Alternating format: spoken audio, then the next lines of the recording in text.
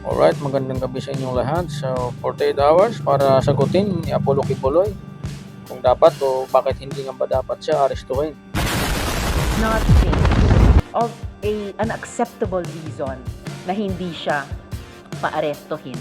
Lalo na kung mananatili siyang magsabing he sees no reason to honor the Senate's invitation or subpoena or show cause order. Safe siya dito kung arestuhin siya. Andiyan naman yung ating Sergeant Anjo. Aalagaan siya dito kung makulong siya dito.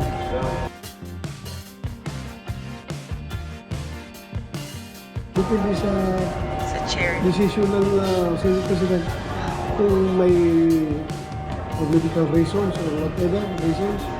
Depende yan kung pagbigyan siya. All he has to do is to request. All options are open, ano? We are deliberating still, no? But definitely we will comply with the show cause order.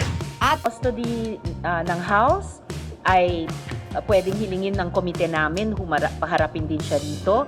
Or kung makustody ng Senate, ma-imagine ko na pwedeng hilingin ng House at wala namang bar sa pagkaalam ko na magpakita ng ganyang interparliamentary courtesy. Sabi ng chairman ng House Committee on Legislative Franchises, kung walang itinatago si Kibuloy, bakit hindi siya magpakita?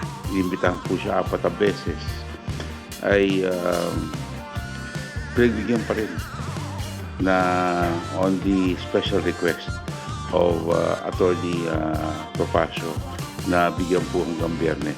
So talaga ho lahat ho ng pagbibigay at luwag ay binigay po namin during the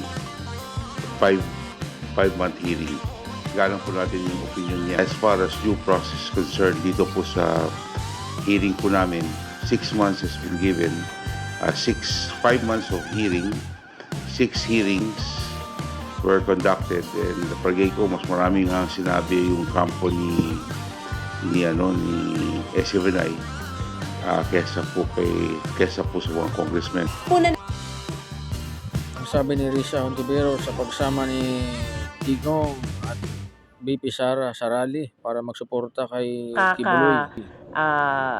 Pigil sa patuloy na pagsingil ng accountability kay Kibuloy, kahit yung pagsalita nilang dalawa. Lalong naging mas klaro pa na intertwined talaga ang fortunes nilang dalawa. Ako, nagtataka, bakit nag-effort pa silang dalawa na dumepensa sa isang tao na akusado sa mga napakaseryoso at mabibigat na offenses.